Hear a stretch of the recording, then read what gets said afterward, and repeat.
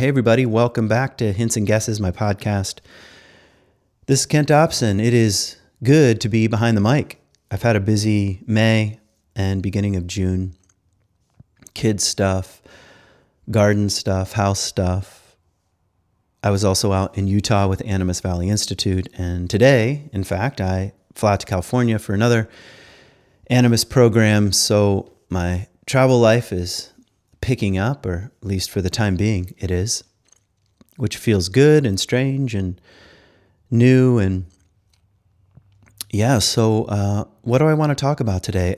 I actually want to talk about an approach, or maybe I should say approaching deconstruction and the dark night, which are not the same thing, at least in my view, and emptiness. And I want to, maybe the title is something like Defeated. I want to turn to Rilke, a poem I've read before, probably on this podcast. It's a poem that continues to sort of shape me and challenge me. And so I want to look at this poem with a little more depth. And one reason why I want to talk about deconstruction is because the word has sort of entered spiritual-ish circles.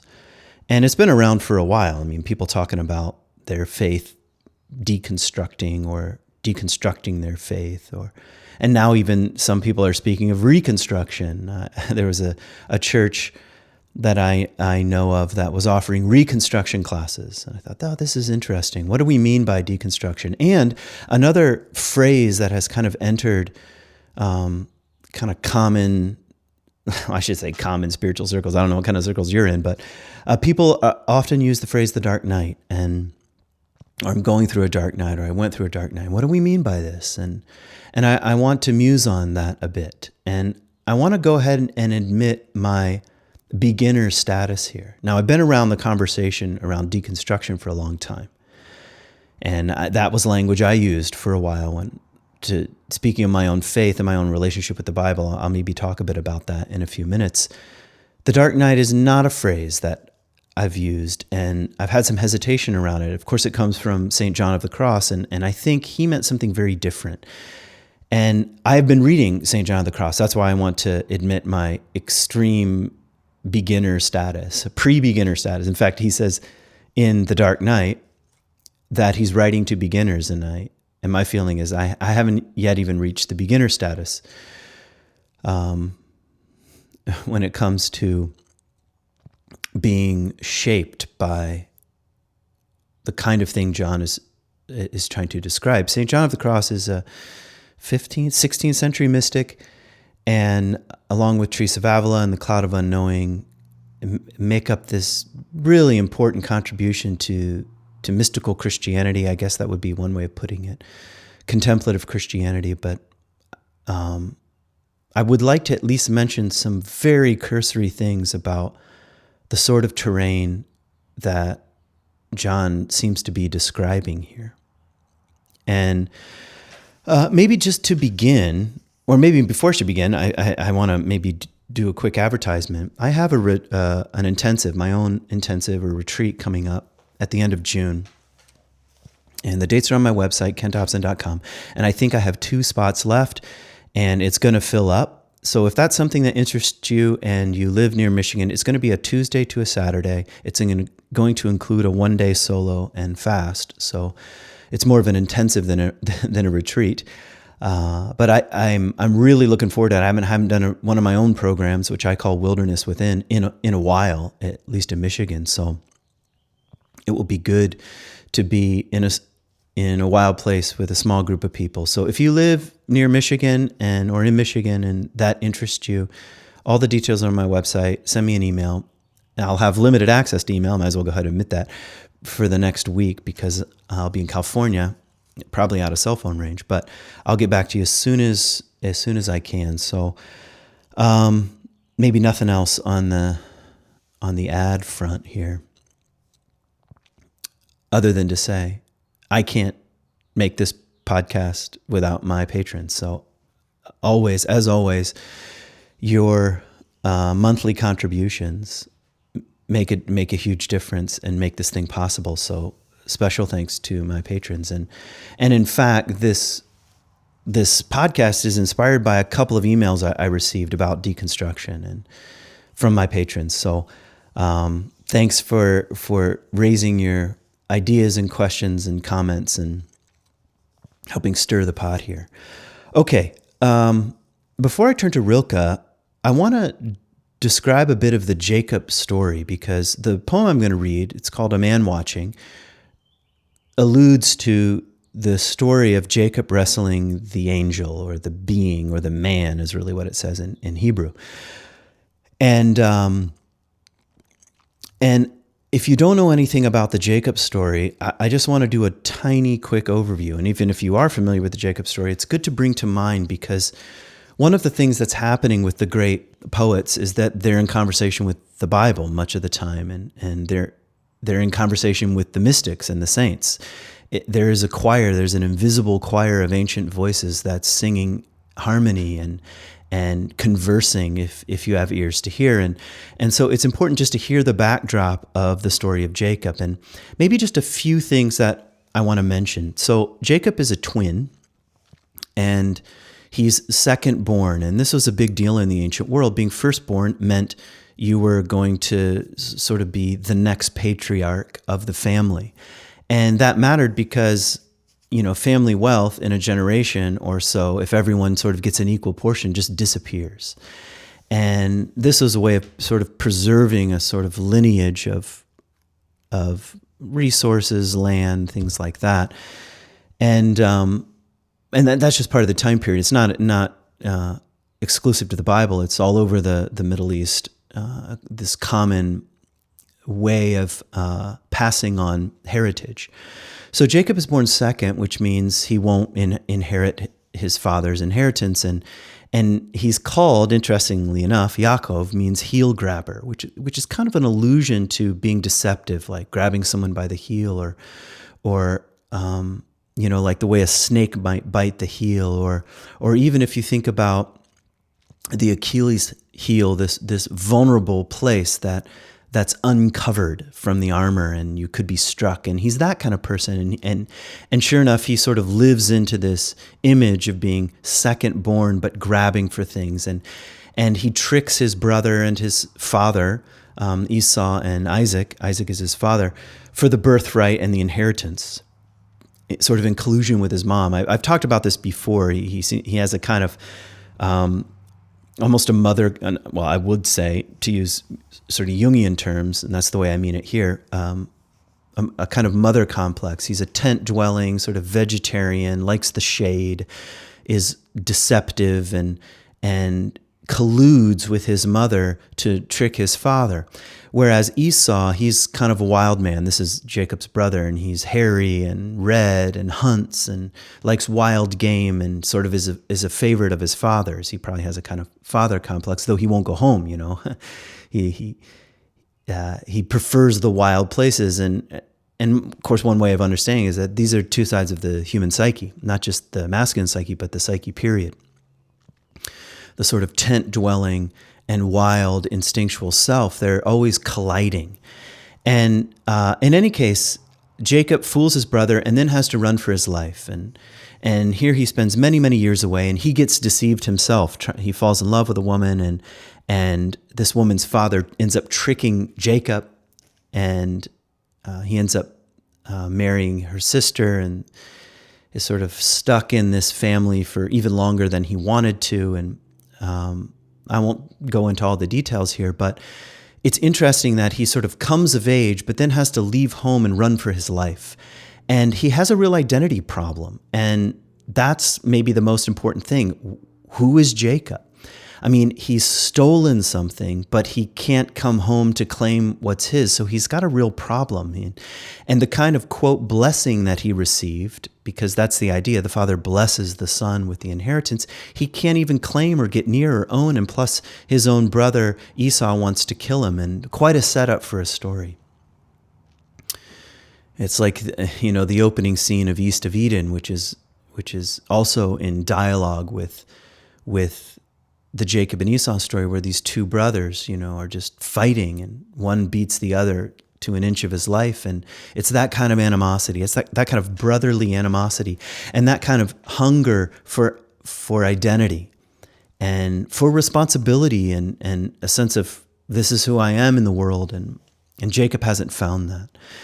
And anyway, his father is ill and he goes back home and he crosses a river and entering back into what would eventually be called the Promised Land. This is before that kind of language was being used in the Bible, but he enters back into the land of his forefathers, so to speak, and he sends all of his possessions across the river at night, and hoping that his brother Esau will encounter all these children and his wives and goods and he'll come last. That's the idea, and which is eventually what happens. And he falls down before his brother 7 times, and which is probably why Jesus says, I think Peter asked Jesus, "Hey, should we forgive our brother up to 7 times?"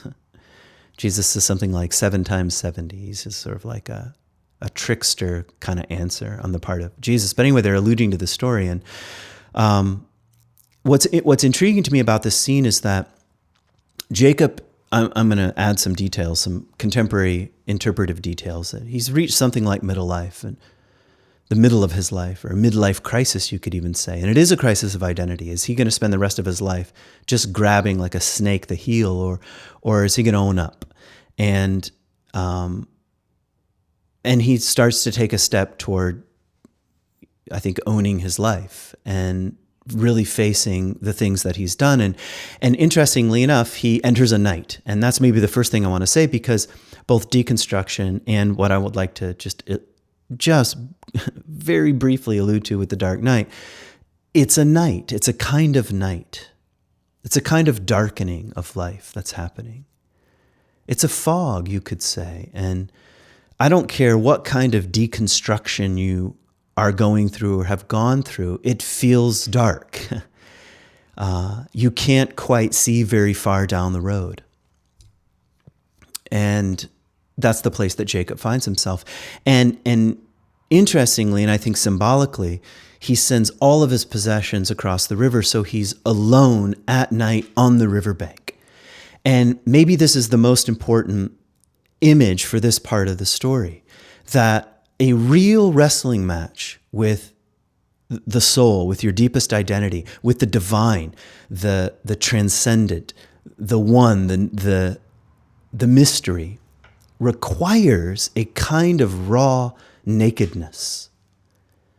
You can't go back to the Garden of Eden. That there's an angel with a flaming sword. You can't go back to paradise, but you can stand naked, so to speak, before your life and before the divine. And part of what seems to be required in order to do that is not identify with any possessions. It's not about role. It's not about possessions. It's not about toys. It's not about 401k, all the stuff that we pay lip service to.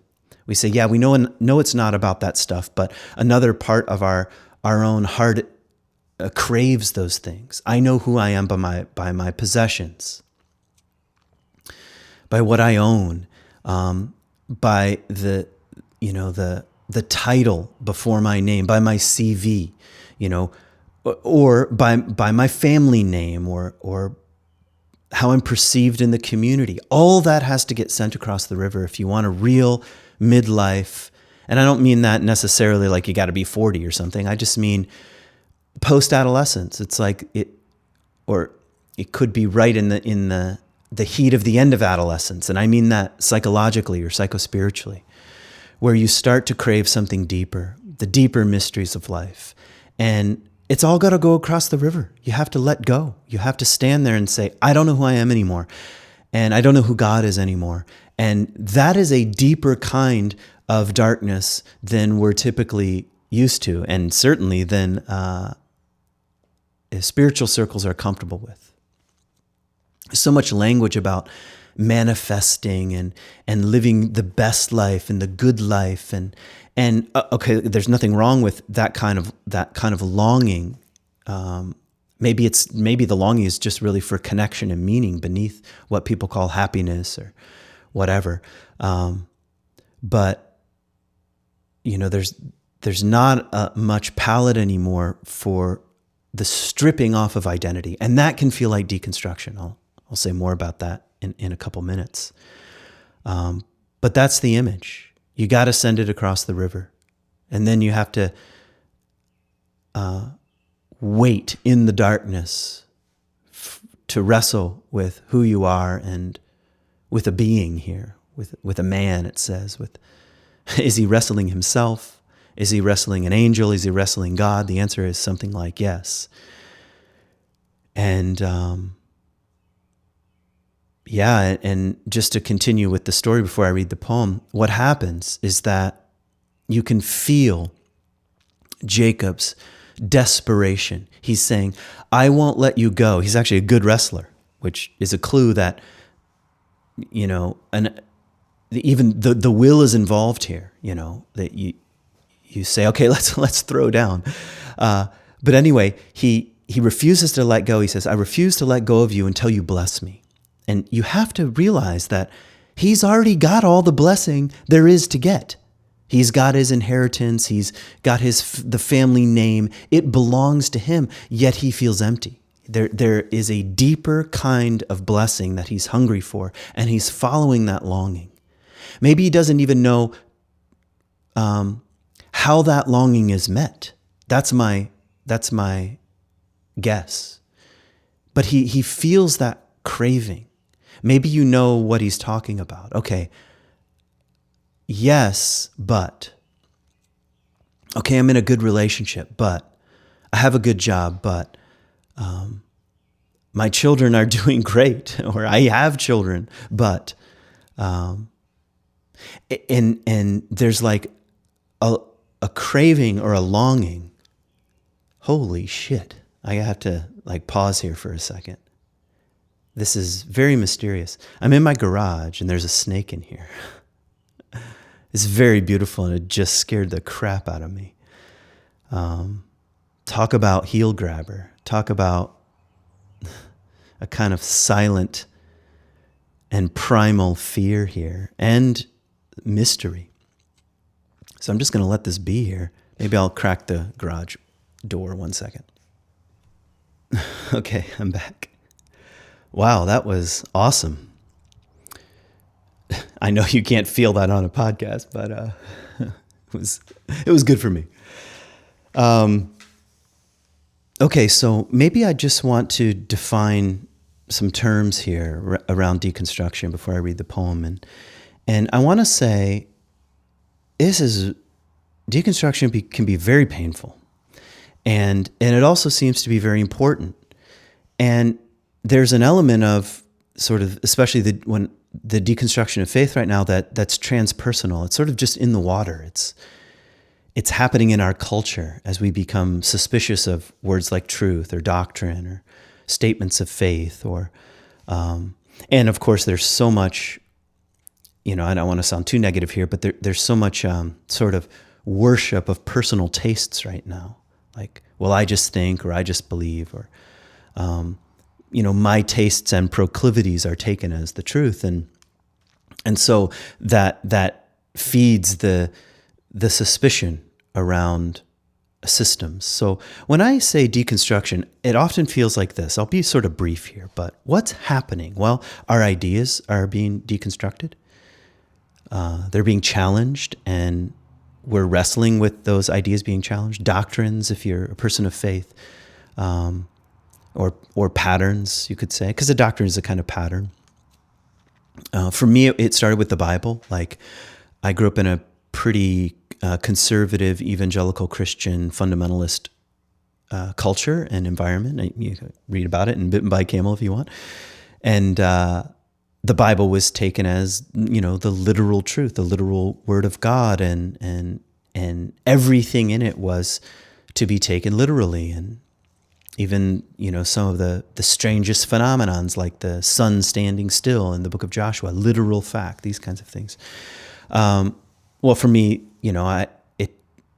for 15 years, I was struggling with the Bible being deconstructed, really.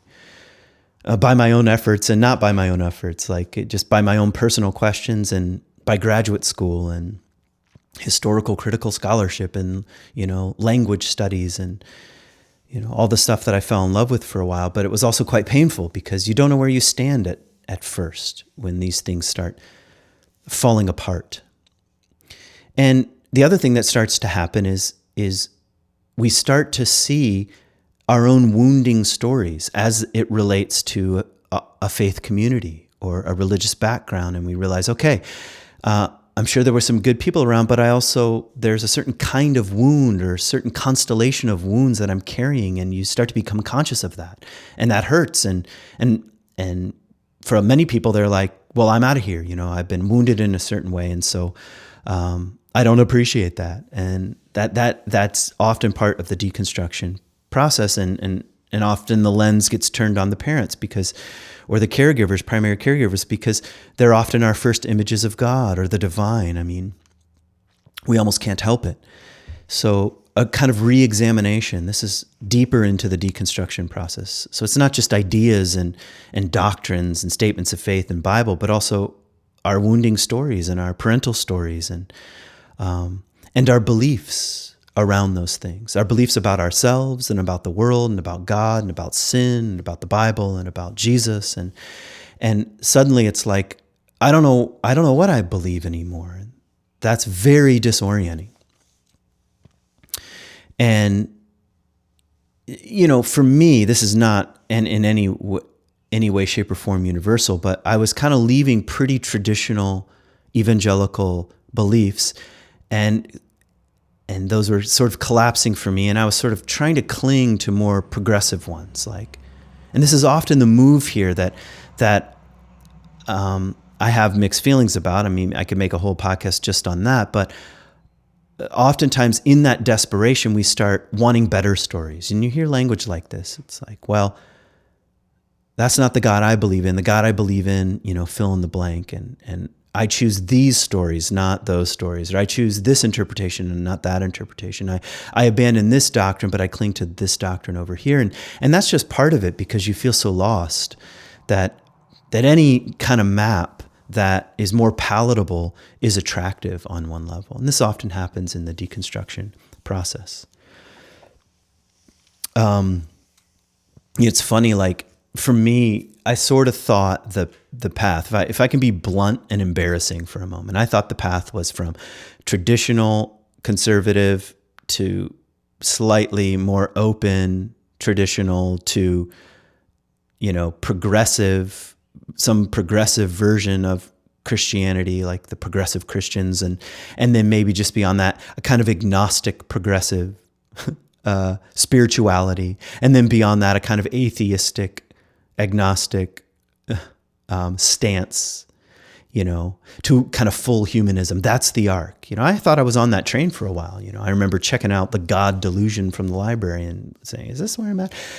But what I found was a similar kind of fundamentalism, a similar kind of certainty around the structures that I found from the faith that was giving me trouble. And so that didn't quite fit for me. And that was part of my own deconstruction process. I felt a little more like in that in-between land, like between the desert of Egypt and the promised land. I was stuck there, And that was part of even what I wrote about in Bitten by a Camel, just climbing Mount Sinai and feeling like the emptiness, genuinely asking God, what am I going to do with my life? And just brushing against that emptiness and feeling that kind of longing and heartbreak, the heartbreaking silence. Okay. Now, let's turn to the Rilke poem, and then after the Rilke poem, I'll say a few things about the Dark Night. I'll make some distinctions between kind of a process of deconstruction, which matters and is important, and sort of what St. John is talking about, which I think is really not how we typically think about deconstruction. So, all right, here's the Rilke poem called The Man Watching. I can tell by the way the trees beat after so many dull days on my worried window panes that a storm is coming. This is what it feels like, a storm. And I hear the far-off fields say things I can't bear without a friend. I can't love without a sister. You can really feel the heartbreak and the longing opening here. The storm, the shifter of shapes, drives on across the woods and across time, and the world looks as if it had no age. The landscape, like a line in the psalm book, is seriousness and weight and eternity. What we choose to fight is so tiny. What we choose to fight is so tiny. And if I can offer just a little phrase here, when I was deeply fighting my fundamentalist past and certain interpretations of the Bible, it felt like such a big deal at the time. And I can see the ways in which now it was so tiny. You know, what we choose to fight is so tiny. What fights with us is so great. And this is the mystery, the spirit, the wind, our own soul, the deep self. What we choose to fight is so tiny. What fights with us is so great. If only we would let ourselves be dominated as things do by some immense storm. I mean, the power of these lines here. I just had an image. I watched a massive storm, part of a hurricane, roll in on the Gulf Coast once. Yeah, if we would let ourselves be dominated as things do by some immense storm, we would become strong too and not need names. And you can already start to feel the Jacob background, the heel grabber here, all right? What is in a name? What is in an identity here? Well, if we could let ourselves be dominated by the great mystery, we wouldn't even need names. We wouldn't need, those identity markers. When we win, it's with small things.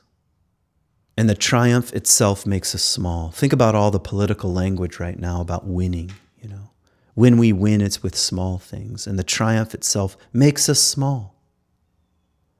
What is extraordinary and eternal does not want to be bent by us.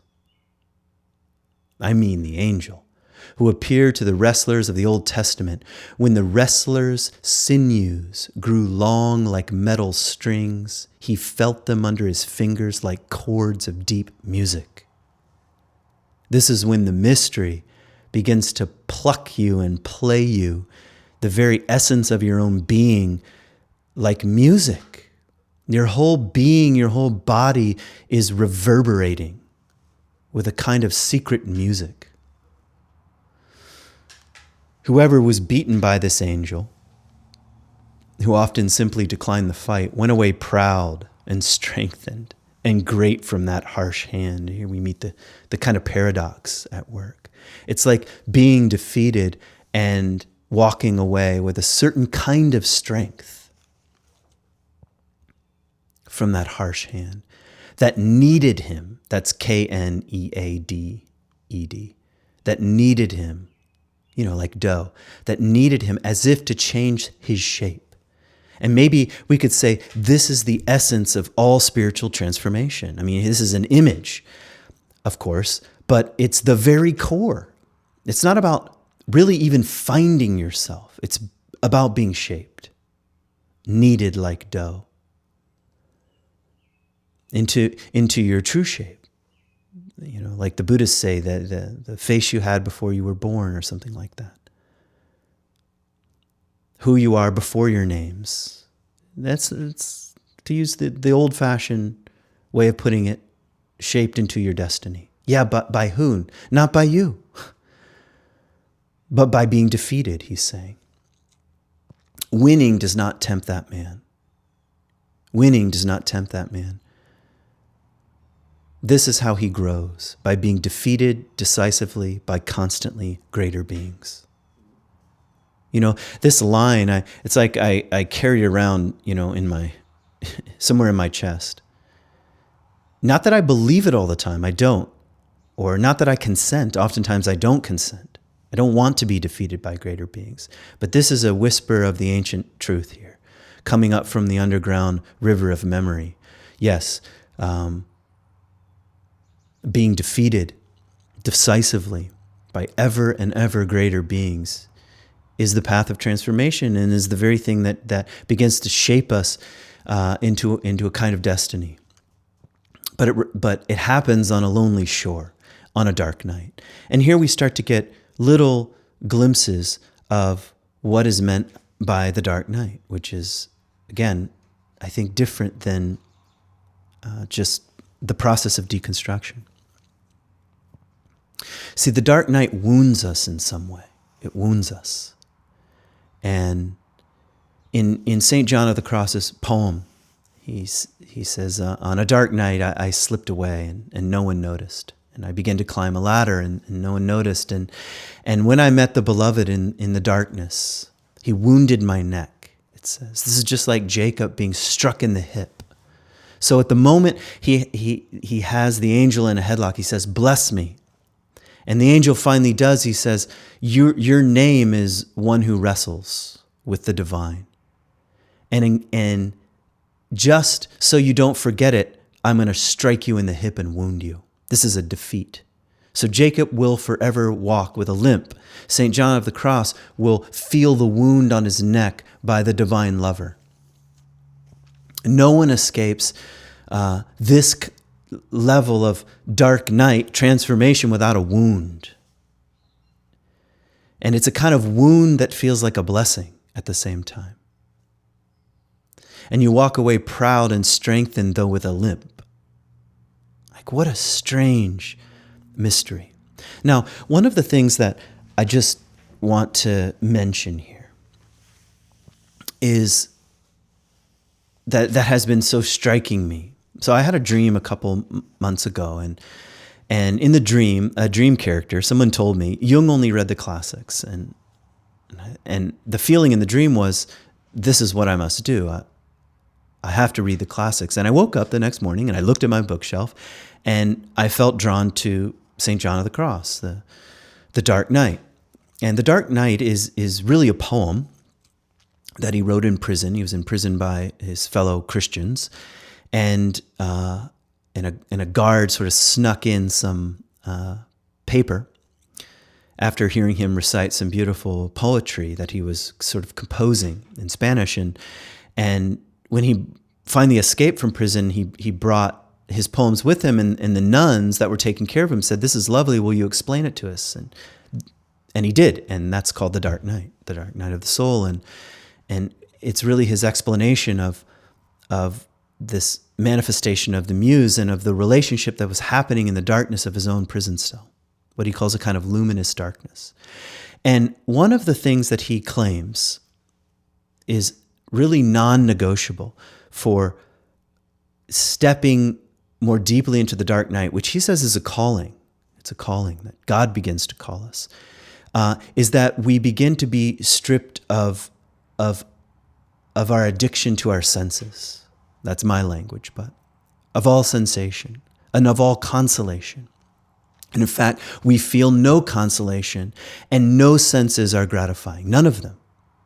So people often think about, well, divine encounter, that's when it's all union and bliss and euphoria. And he says, no, quite the opposite.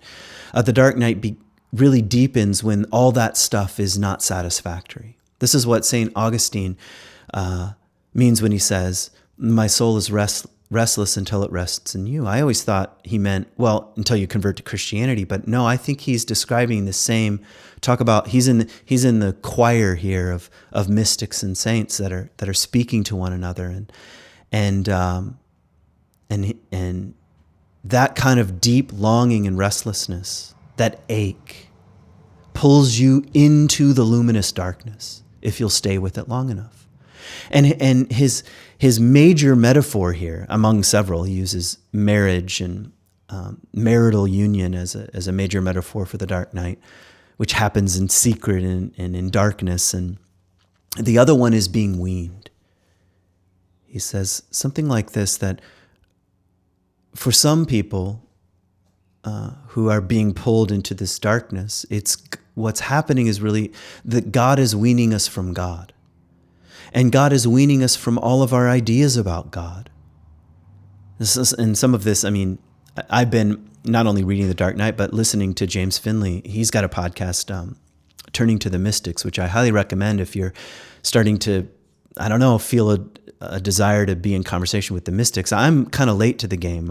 My wife is really further down the road in this respect. She's a spiritual director and teaches at the Dominican Center here in Grand Rapids. And so she's been in conversation with St. John of the Cross and Teresa and all these mystics for a lot longer than I have. I'm just now starting to feel the tug, so I'm pre-beginner, to say the least. Anyway, what was my point?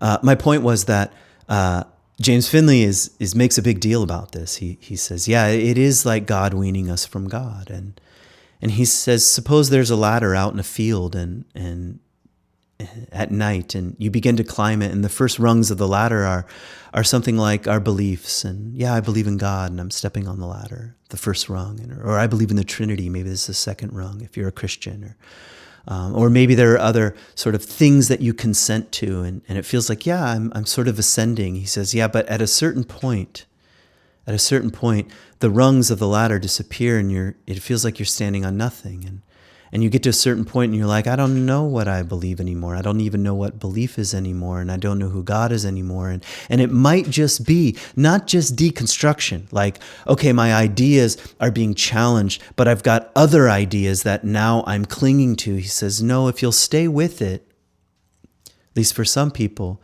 you may find yourself in what St. John calls the luminous darkness. It's shot through with a kind of luminosity that you can't see.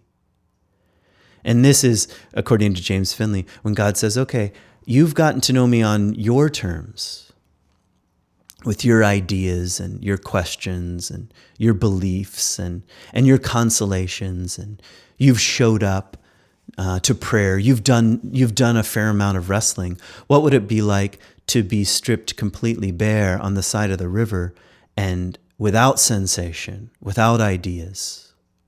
What would that be like? What if you came to God? What if you came to me on my terms? That's a line from James Finley. Okay, it's nice that you've come to me on your terms. Would you like to come to me on my terms and something beyond all ideas here? Another line from James Finley is, no idea of God is God. And I'm often fond of quoting that, which is an idea.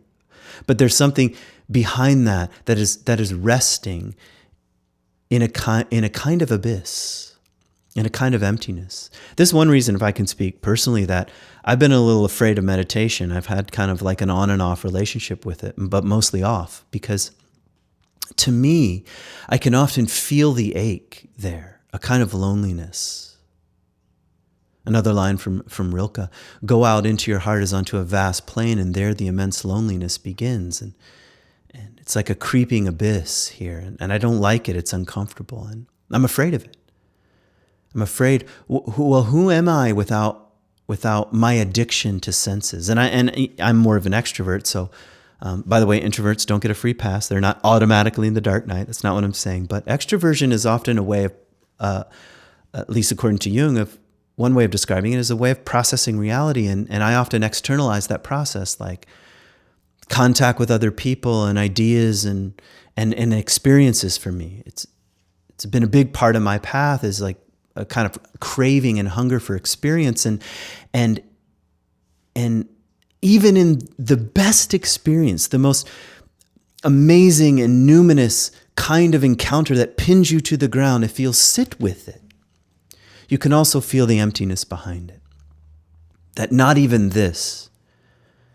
And what's happening here is you're getting close to the thing that only God can fill. So God fills the emptiness of the void that we are in, because he is the void that we are in, something like that, to speak sort of magically about it, I guess.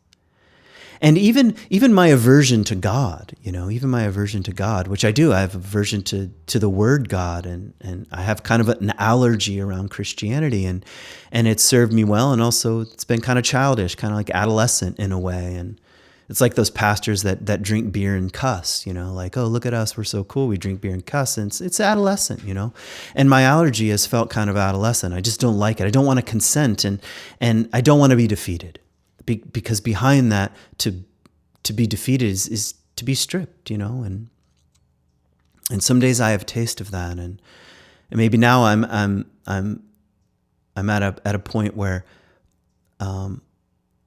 this kind of prayer, this kind of letting go of images and ideas is becoming essential, not an option. That's the way it's starting to feel to me. And I'm not claiming to be in the dark night, but it's like I have a sense, I can taste that just behind all my language around deconstruction and faith, there's something else that waits. And dare I say, if I'm too quick to reconstruct some sort of palatable version of Christianity, or some humanistic, Buddhist, agnostic, mystical Christ combination of my own making that I gathered from the buffet of options, I'll still be on the ladder, standing on the rungs on my terms. And St. John is saying, but there are rungs of the ladder that don't have anything to do with your terms. It's like that scene in Indiana Jones and the Last Crusade where he's about to get to the vessel, to the sacred cup, and he has to step into the abyss, and he can't see the bridge. It's a kind of an optical illusion. He throws some dirt on it. I don't know if you remember this scene. It's Harrison Ford. And he kind of sees that, it's kind of like an optical illusion, and he steps out, and he doesn't fall into the canyon. It's kind of like that. There are rungs you can't see. And I think that's where faith begins, on the deeper level. Rather than being certain about beliefs, it's stepping out like that, something like that.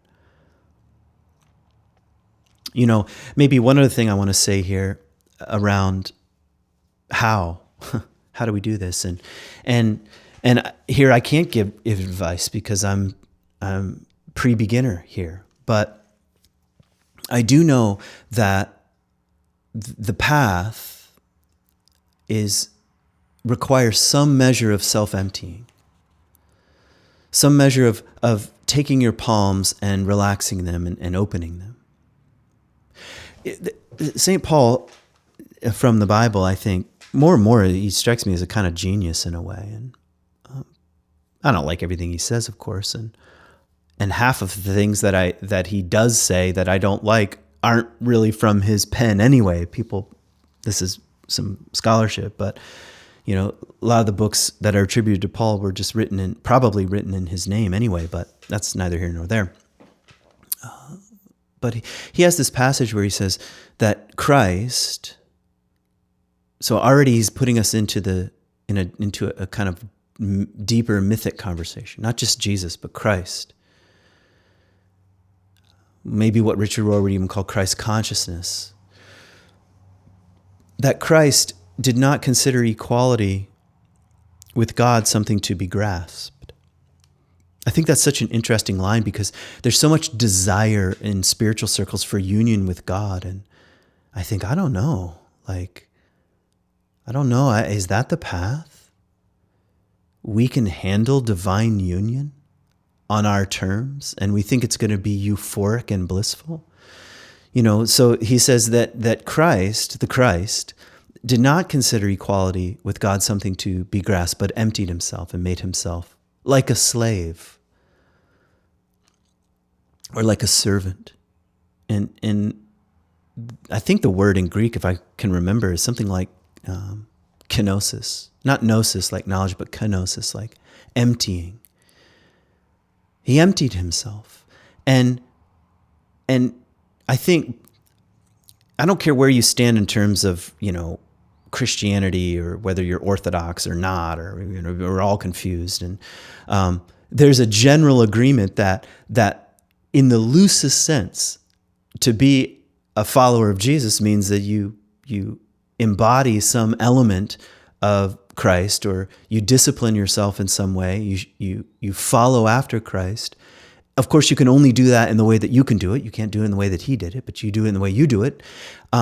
We would say, yeah, I mean, if we're on the path on some way, ought we not to be emptying ourselves? And this is the very nature of a vision fast, by the way. This is Jesus, 40 days and 40 nights in the wilderness. And I've done a couple of fasts in my life at Animus, and it is really that. It's a self-emptying process. It's you're not even putting food into your mouth, but you're opening your being like a kind of chalice, an empty vessel, an empty bowl.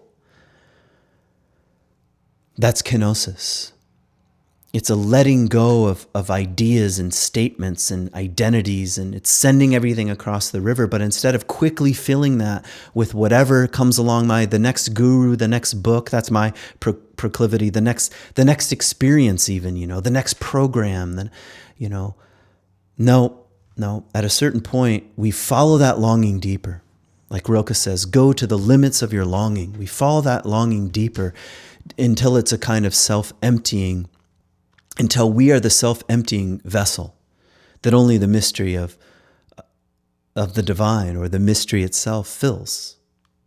My soul is restless until it rests in you. And that I think is painful and also strangely, I don't want to say comforting. It's like painful and meaningful at the same time. There's a kind of grief cry that comes with the emptying I'm describing here. And so for me, instead of running from that ache in my own chest, it feels like being defeated by it or following it deeper, staying with it long enough. And I think that's one reason why we need Rilke and St. John of the Cross and Teresa and other, teachers and mystics, because they're sort of whispering in a language that's hard to hear. They're saying, okay, you're on the path on some way. You're not very far along. They're always saying you're a beginner, but you're on the path, and you can trust that something deeper than your own capacity to figure it out is taking place. And it's going to feel like a wrestling match, and it's going to feel like a wound, and it's going to feel like a defeat. But at the same time, it's going to feel like a kiss, like from a lover, at night. And that's the sort of the paradox here that's at work. So, I don't know, how do I want to end here? I was just thinking about Merton. He's got this great line. He says, I've seen the morning and the night was better. And maybe that's a good phrase to carry. If you're feeling a bit of the darkness here, know that you're in the company of those who have taught us the process of emptying ourselves, of kenosis, and taught us that to consent to that sort of longing is to open up to the possibility of being filled by what we can't yet imagine and what we don't know. That's why the cloud of unknowing says it's like entering a cloud of unknowing. Here's Wendell Berry's way of putting it. To go into the dark with a light is to know the light. That's probably how I went into my own process of deconstruction. Yeah, I'm dismantling and challenging things, but I've got this light called reason and historical scholarship, and it's like those gotcha moments. You thought the text meant this, but of course Jesus sounds like that. That's not what I was alluding to, but just sort of like those, you thought the word in Hebrew was this, it's really that, and that's carrying a light. That's not quite the same thing. It has a place, but that's to know the light. To go into the dark with a light is to know the light. To know the dark, go dark. Go without sight, he says, go without sight. And find that the dark, too, blooms and sings. And is traveled by dark feet and dark wings. To go into the dark with the light is to know the light. To know the dark, go without sight. and find that the dark too blooms and sings and is traveled by dark feet and dark wings. Peace.